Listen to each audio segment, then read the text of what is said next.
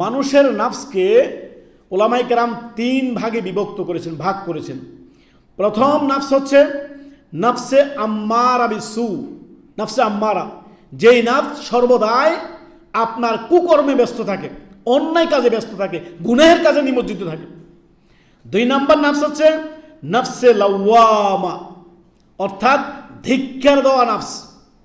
সে কখনো সৎকর্ম করে, সৎকর্ম করতে করতে হঠাৎ গুনাহে জড়িয়ে যায়, গুনাহে জড়িয়ে গিয়ে আবার তওবা করে আবার ফিরে আসে, গুনাহ করে তওবা করে আবার ফিরে আসে, নিজেকে ধিক্কার দেয়, হায় আমি আল্লাহর বান্দা, আমি কেন এই গুনাহ করলাম, হায় আমি আল্লাহর বান্দা, আমি কেন এই অন্যায় করলাম, হায় আমি আল্লাহর বান্দা, আমি কেন জেনা করলাম, হায় আমি আল্লাহর বান্দা, আল্লাহর দাস, আমি আল্লাহর গোলাম, আমি কেন এই অন্যায় কাজে জড়িয়ে গেলাম।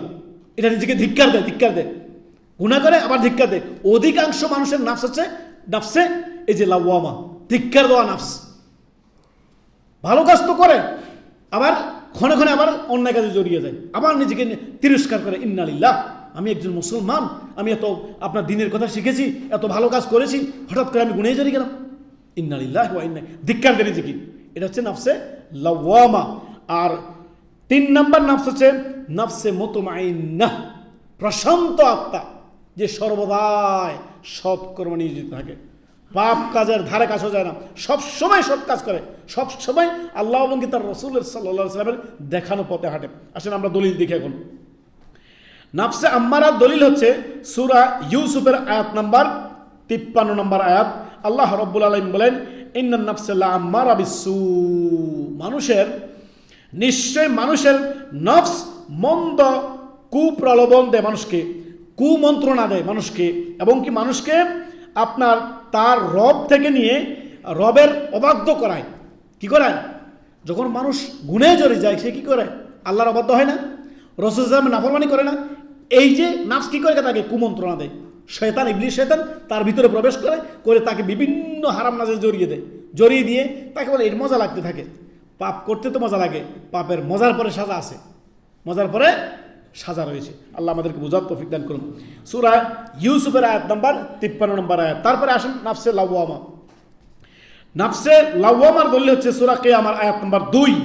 আল্লাহ রাব্বুল আলামিন বলেন, ওয়ালা উকসিমু বিন নাফসিল লাওয়ামা, অর্থাৎ আর শপথ করি সেই নফসের যে নিজের ধিক্কার দেয়। কি করে? নিজেকে ধিক্কার দেয়।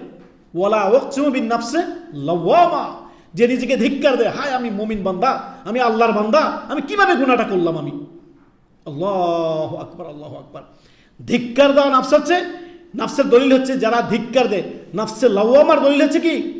সূরা কিয়ামার আয়াত নাম্বার 2। আল্লাহ তাআলা কি বলেন?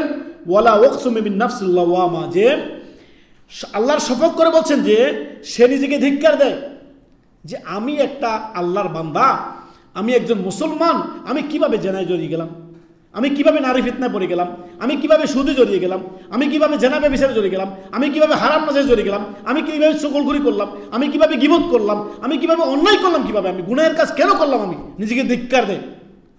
ওয়ালা উকসিমু বিন নাফসিল লাওয়ামা, ধিক্কার দেওয়া নাফস হচ্ছে নাফসে লাওয়ামা। অধিকাংশ মানুষের নাফস হচ্ছে নাফসে লাওয়ামা। ভালো কাজ করে করে হঠাৎ করে আবার পাপে জড়িয়ে যায়, হঠাৎ করে আবার গুনাহে জড়িয়ে যায়, হঠাৎ করে আবার সীমালঙ্ঘনে জড়িয়ে যায়, আবার নিজেকে ধিক্কার দেয়, আবার ফিরে আসে, আবার তওবা করে, আবার গুনাহে জড়িয়ে যায়। অধিকাংশ সময় নিজেকে ধিক্কার দেয়। অধিকাংশ মানুষের নাফস আছে আজকে দেখতে পাবেন নাফসে লাওয়ামা, ধিক্কার দেওয়া নাফস। আল্লাহ আমাদেরকে মুতমাইন্না হওয়ার তৌফিক দান করুন, আল্লাহুম্মা আমিন।